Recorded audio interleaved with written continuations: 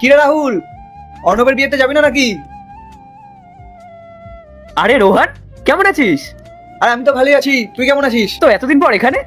আরে আজ তো অর্ণবের বিয়ে, অর্ণবের বিয়েতে যাবি না? হ্যাঁ নিশ্চয়ই যাবো ভাই, এত পুরনো বন্ধু বলে কথা, বিয়েতে যাবো না? এই শোনো, তুমি এরকম ময়লা জামা কাপড় পরে যাবে নাকি? না, তোমাকে যেতে হবে না। দাঁড়াও আমি দেখছি। রোহান শোন না, বলছি তুই চলে যা বুঝলি, আমি আমার কাজবাজগুলো সেরে তারপরে যাচ্ছি। আরে দূর, এটা কখনো হয় নাকি? আমরা ছোটবেলা থেকে যে কোনো অনুষ্ঠানে যাই, একসাথে যাই, আর এখন আমি তোকে একা ছেড়ে যাবো? না না, এটা হবে না, আমরা গেলে একসাথেই যাবো। তুই জানা আমি কাজবাজ সেরে তারপরে যাচ্ছি। আরে কি তখন থেকে কাজ কাজ করে যাচ্ছিস? একদিন কাজ বন্ধ রাখলে কি এমন মহাভারত অশুদ্ধ হয়ে যাবে? আর তাছাড়া বিয়ে একবারই হয়, আর এইসব কাজ তুই কালকে বাড়ি এসেও করতে পারবি। তুই চল তো, চল। এই শোনো, তুমি এভাবে একদম যাবে না, আমি বলে দিলাম কিন্তু। ওনাকে দেখো, উনি কত সেজে গুজে কত সুন্দর করে এসেছে, আর তুমি ওনার সাথে এভাবে যাবে, তাহলে কেমন দেখাবে? হ্যাঁ দেখো, আমি জানি যে আমি যদি এইভাবে যাই তাহলে আমাকে অপমানিত হতে হবে, কিন্তু ও তো আমার বন্ধু, বলো ওকে আমি মুখের ওপর কি করে না বলি? আচ্ছা তুমি দাঁড়াও, আমি দেখছি। রোহান বলছি তুই জানা, আমি আসছি তোর পেছন পেছন। দেখ, তুই যদি যাস তাহলে কিন্তু আমি যাবো, নাহলে আমিও যাবো না। কি যে বাচ্চাদের মতন জেদ করিস না তুই। তুমি দাঁড়াও, আমি আসছি। কেমন আছিস ভাই?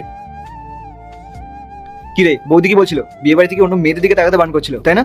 আরে ধুস, কি যে বলিস না তুই, বাদে তোর কথা। কিন্তু তোকে তো বেশ ভালোই লাগছে, স্যুট বুট প্যান্ট শার্ট, একদম হ্যান্ডসাম হিরো। হ্যাঁ আরে বিয়ে বাড়িতে যাচ্ছি, একটু কি না সাজলে হয় বল? একটা বন্ধুর বিয়ে, আমাদের পুরনো একজন বন্ধু।